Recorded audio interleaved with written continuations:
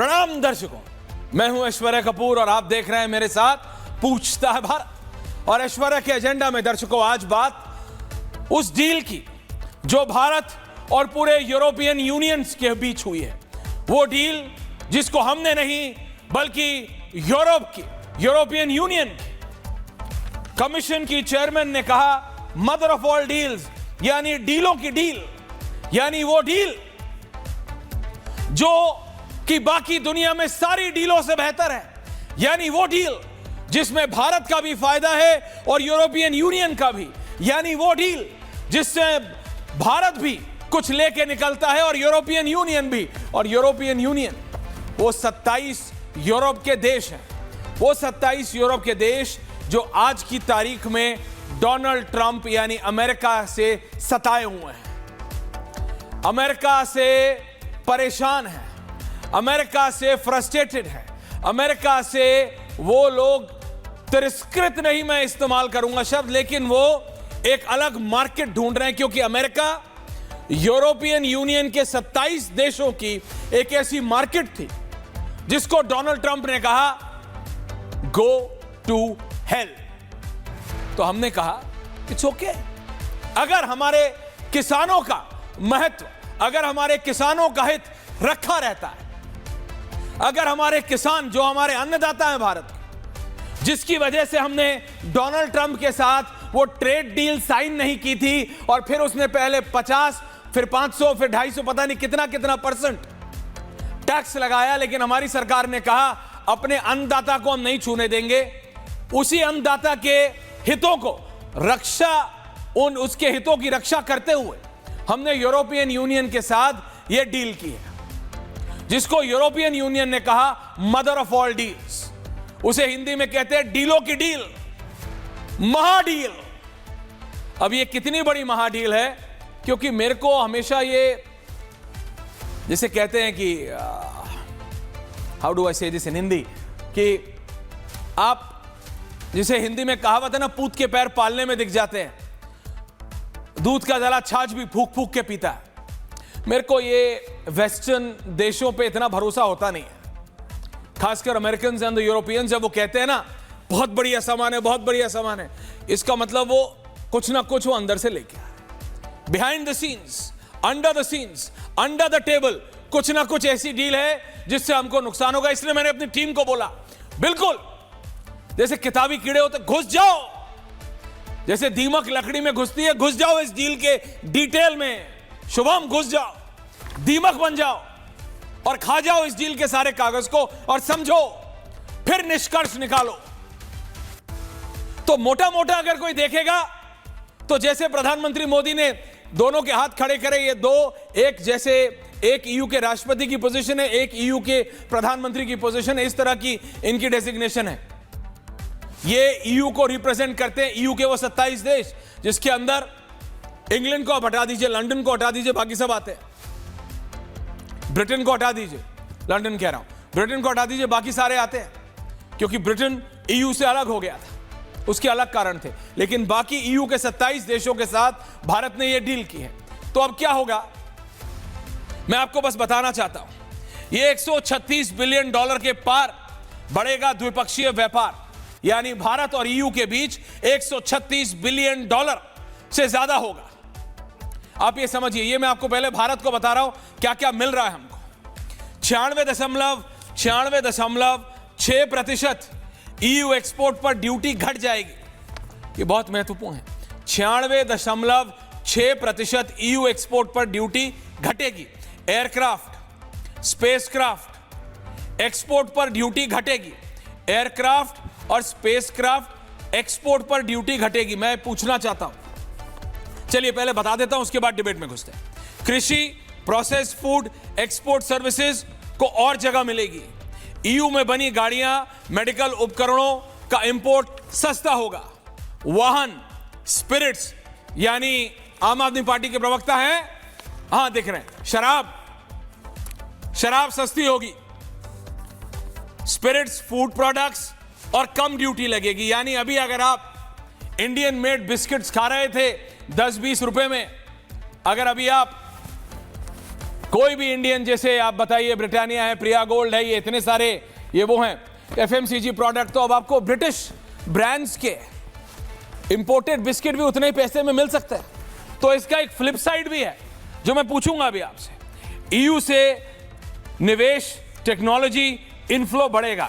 हालांकि मुझे नहीं लगता कि टेक्नोलॉजी, डिफेंस टेक्नोलॉजी के अलावा यूरोप से हमें चाहिए। हम तो देते हैं, we export technology, we export the software and the hardware behind the software, we also export the brain. हम दिमाग भी हमारा ही होता है। 80% यूरोपियन टेक्नोलॉजी के पीछे दिमाग भारतीय लोगों का है। 80%। भारत को क्या क्या फायदा है, सीधी सीधी भाषा में अजय आलोक जी आ रहा हूं। आज कुछ सीधे सीधे सवाल आपसे करने हैं। कपड़े, जूते, लेदर प्रोडक्ट्स पर ड्यूटी पर राहत होगी। भारतीय गारमेंट, लेदर फुटवेयर सेक्टर को फायदा होगा। यानी जो भारतीय मैन्युफैक्चरर है चमड़े के सामान के, आगरा में तो मुझे लग रहा है, आज कानपुर में तो मुझे लग रहा है, तमिलनाडु में मुझे लग रहा है, कर्नाटका में ये 4-5 जगह ऐसी है जहां टैनरीज है, जहां चमड़े का काम होता है। People will be very happy. EU देश भारत में डिफेंस फैक्ट्रियां लगा सकते हैं, इससे इनफ्लो आएगा डिफेंस टेक्नोलॉजी का। भारतीय कंपनियों को ईयू के डिफेंस फंड्स तक पहुंच है। भारतीय कंपनियों को ईयू के डिफेंस फंड्स तक पहुंच होगी। इसका मतलब अगर आप अनुराग भदौरिया जैसे प्रोफेसर ने, अगर कोई असली है यहां पे, तो और अगर आप अपनी कंपनी बनाते हैं तो आपको डायरेक्ट फंड्स, ईयू फंड्स तक आप ले सकते हैं। आपकी पहुंच होगी डायरेक्ट ईयू फंड्स तक। यानी ईयू के जो बड़े बड़े फाइनेंशियल इंस्टीट्यूशंस हैं, जो फंड्स हैं, वो डायरेक्टली इन्वेस्ट कर सकते हैं भारत की डिफेंस कंपनीज में। ये कह रहा हूं सिंपल भाषा में, ये सुनने में सब बहुत अच्छा लगता है। भारतीय दवाओं की मंजूरी और नियम आसान होंगे। फार्मा केमिकल सेक्टर में व्यापार हर साल 20-30% बढ़ेगा।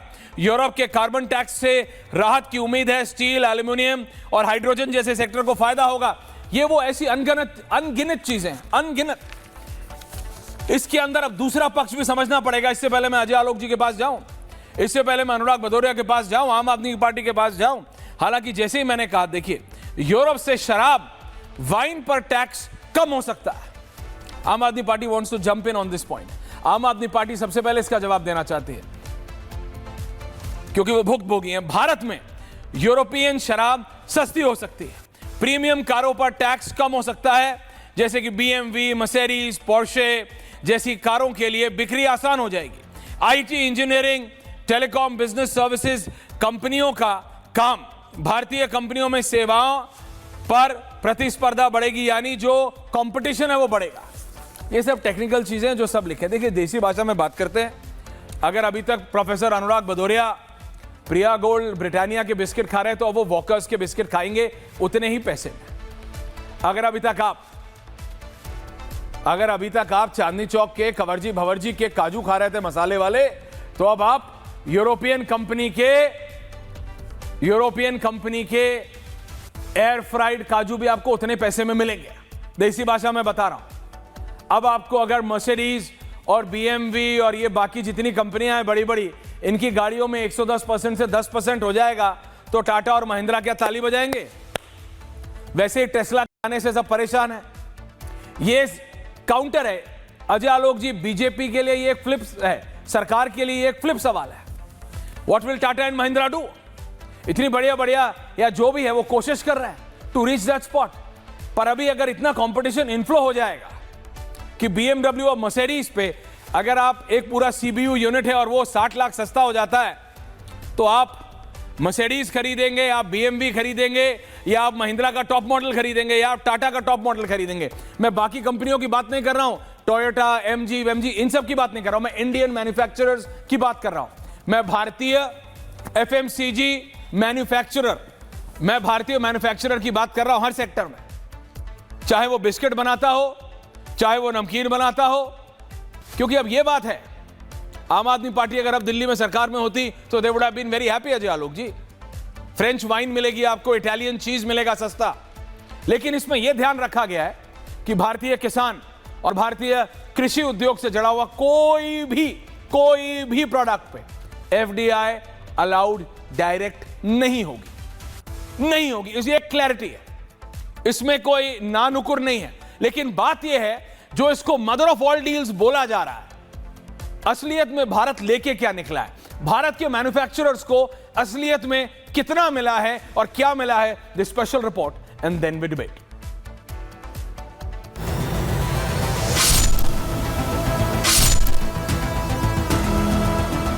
We did it. आज भारत ने अपने इतिहास का सबसे बड़ा फ्री ट्रेड एग्रीमेंट संपन्न किया है।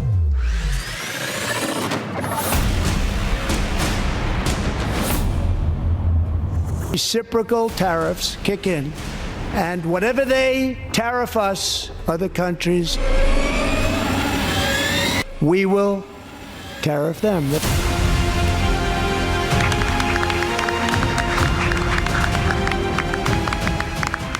An overseas Indian citizen. कभी-कभी ऐसा क्षण आता है जब इतिहास स्वयं कहता है यहीं से दिशा बदली। यह ऐतिहासिक समिट वही क्षण है। We delivered the mother of all deals.